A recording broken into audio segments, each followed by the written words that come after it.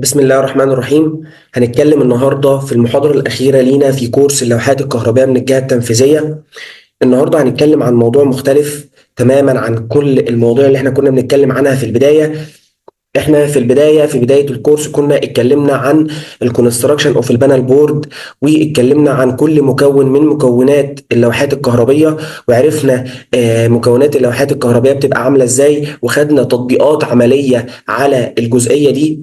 وان شاء الله بإذن الله النهاردة هنتكلم عن الباور فاكتور ولوحات الباور فاكتور وازاي بنعمل تحسين للباور فاكتور. مبدئيا كده يا باشمهندسين، ايه هو تعريف الباور فاكتور او ما هو الباور فاكتور؟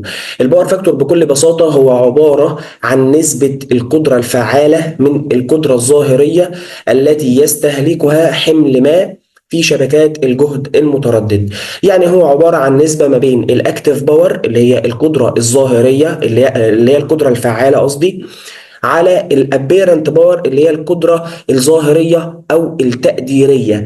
القدره الفعاله اللي هي الاكتيف باور زي ما احنا عارفين يا باشمهندسين احنا بنرمز لها بالرمز البي، انما القدره اللي هي الغير فعاله اللي هي الابيرنت باور احنا بنرمز لها برمز اللي هو الاس. ف البي على الاس بيدي لك الباور فاكتور اللي هو بنعبر عنه بان هو كوزاين فاي، اللي هو كوزاين الزاويه ما بين الابيرنت باور والاكتيف باور زي ما هو موضح في المثلث اللي قدام حضراتكم. طيب تعالى بقى نتكلم عن الموضوع بتاع الباور فاكتور ده ونفهم ايه هو القصه بتاعته بكل بساطه. بص يا باشمهندسين، في البدايه انا عايزك تبقى عارف ان انت مثلا احنا مثلا بيوتنا بتستهلك كهرباء كل يوم، فشركه الكهرباء لما بتيجي تحاسبك بتحاسبك على قيمه الابيرنت باور، يعني بتحاسبك على قيمه الاس اللي انت اخدتها اللي انت سحبتها طول الشهر، يعني بتحاسبك على قيمه الكيلو فولت امبير اللي انت سحبته طول الشهر. انما احنا ليه بقى بنعمل موضوع الباور فاكتور وتحسين الباور فاكتور ده؟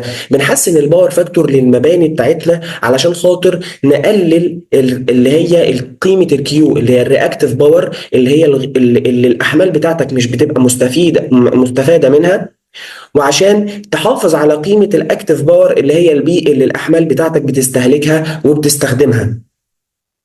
يعني مثلا لو احنا هنعبر ان الاس بتاعتنا دي هي عباره عن، هو اصلا في القانون ان الاس عباره عن البي زائد الكيو، فانا ممكن نعمل او نسمي ان البي اللي هي الاكتيف باور هي عباره عن الباور الفعليه اللي احنا اللي الاحمال بتاعتنا في البيوت بتستعملها فعلا. انما الكيو اللي هي الرياكتيف باور هي قيمة الباور اللي الأحمال بتاعتنا مش بتستهلكها بشكل واضح أو بصورة واضحة علشان خاطر الأحمال بتاعتنا تتغذى بالكهرباء وتشتغل. فأنا يهمني إن أنا أحافظ على قيمة الأكتيف باور وأقلل قيمة الرياكتيف باور علشان خاطر أبقى أنا كده استفدت بالباور اللي أنا ساحبها من الحكومة وقدرت إن أنا أتعامل معاها. طيب بنعمل الكلام ده ازاي؟ مثلث القدرة الموضح قدام حضراتكم ده مثلث القدرة. عندك الوتر ده هو عبارة عن الاس، وضلعين القايمة دول واحد فيهم عبارة عن الباور اللي هي الاكتيف باور، واحد تاني عبارة عن الرياكتيف باور. وزي ما احنا قلنا من شوية ان الباور فاكتور هو عبارة عن النسبة ما بين القدرة الظاهرة على القدرة الفعالة على القدرة الظاهرة.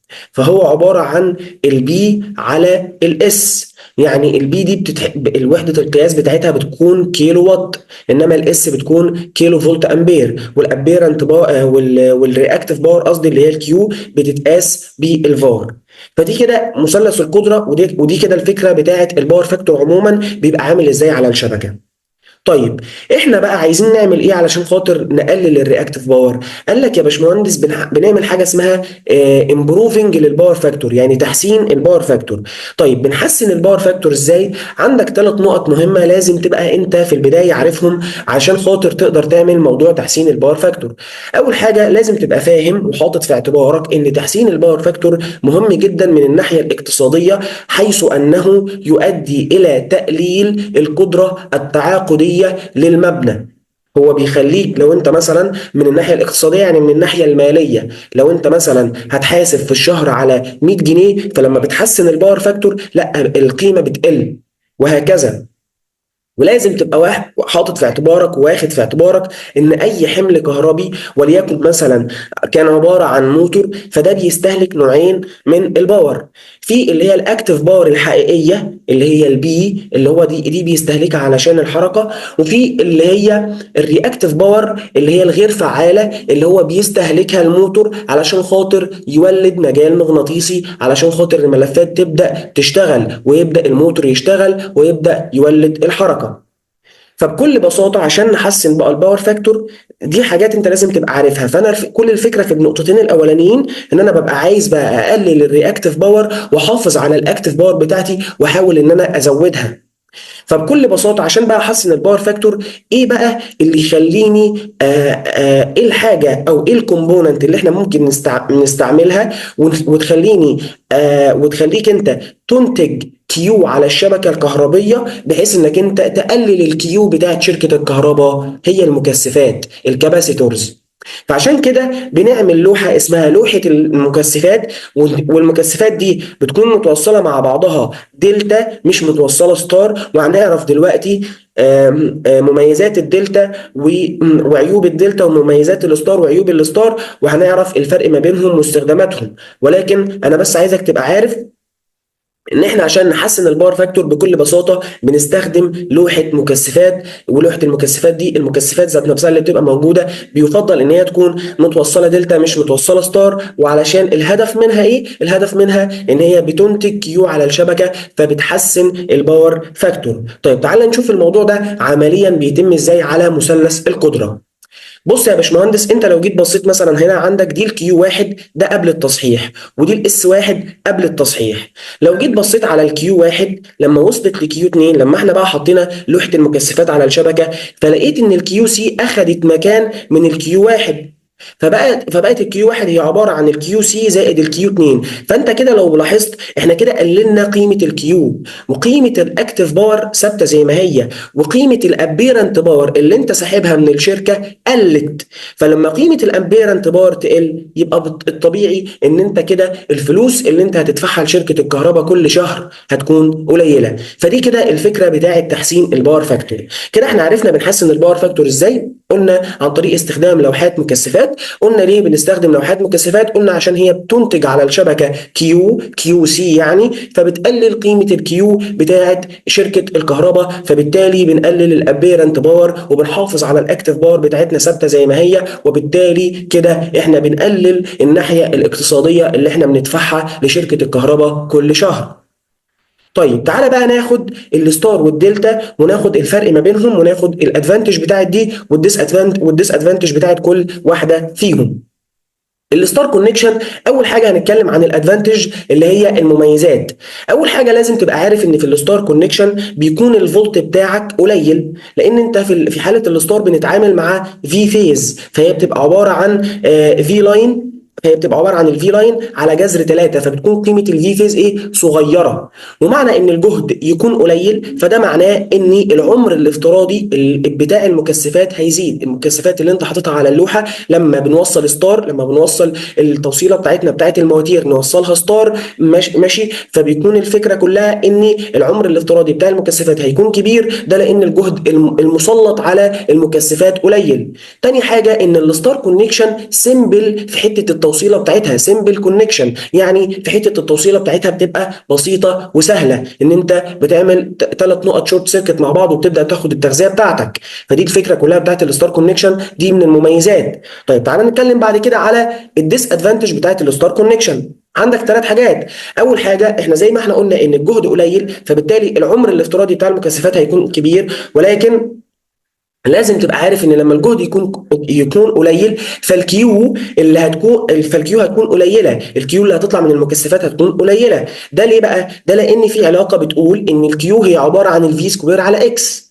دي علاقه كده في الكهرباء بتقول ان الكيو اللي هي الشحنه الكهربيه بتاعه الرياكتيف باور هي عباره عن الفي سكوير، الجهد سكوير على الاكس. فبالتالي الفي لما يقل الكيو هتقل وهكذا. تاني حاجه لازم تبقى عارفها ان في توصيله الستار بيكون عندي نيوترال، وبالتالي هيكون عندي هيرمونكس، والهيرمونكس دي بتاثر على البروتكشن، وبتاثر على المواتير بان هي بتخلي صوت المواتير بيكون عالي. طبعا مفيش اي شبكه في الدنيا بتخلى من الهيرمونكس، ولكن في توصيله الستار الهيرمونكس بتبقى واضحه بشكل كبير علشان خاطر وجود النيوترال. ثالث حاجه لازم تبقى عارفها ان هو لو حصل اي مشكله في الكاباسيتورز دي هيحصل عندك في حاله الستار هيحصل عندك unbalanced voltage system، يعني هتلاقي الفولتج على كل فازه مش متساوي ومش متظبط مع بعضه، وده هيعمل unbalanced voltage system. تعالى بعد كده نتكلم على المميزات بتاعه الدلتا، واحنا ليه بنستخدم الدلتا. فهتلاقي ان المميزات بتاعه الدلتا هي عباره عن يعني عكس العيوب اللي هناك بتاعه الستار، يعني هما الاثنين عكس بعض. فهتلاقي هنا في الادفانتج مثلا الجهد هنا بيكون كبير، فبالتالي الكيو هتبقى كبيره. تاني حاجة ما عنديش نيوترال في حالة الدلتا، في حالة التوصيلة بتاعت الدلتا ما بيكونش عندي نيوترال، وبالتالي ما بيكونش عندي هيرمونكس، او ممكن نقول ان بيكون موجود هيرمونكس ولكن بنسبة قليلة عكس الستار.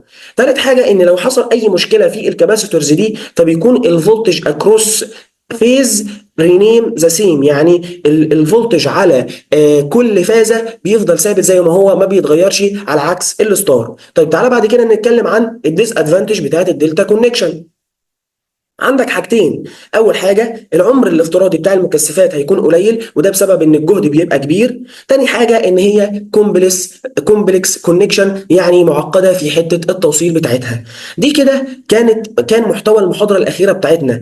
اتكلمنا عن ايه يا باشمهندسين؟ اتكلمنا عن ايه هو الباور فاكتور وازاي بنحسن الباور فاكتور، وعرفنا مثلث القدره بيبقى عامل ازاي، واتكلمنا عن ان المثلث ده هو اللي بيهمني، ده المثلث اللي بيهمني. دي حاجه مهمه جدا جدا جدا لازم تبقى عارفها في اللوحات الكهربيه، علشان خاطر لما يعني هيقابلك في الشغل ان شاء الله، هيقابلك لوحات المكثفات ولوحات تحسين الباور فاكتور وبنتعامل معاها ازاي. انا مش عايز اطول في المحاضره اكتر من كده، اتمنى ان يكون الكورس كان فعلا مفيد وتكون حققت الاستفاده المطلوبه، والسلام عليكم ورحمه الله وبركاته.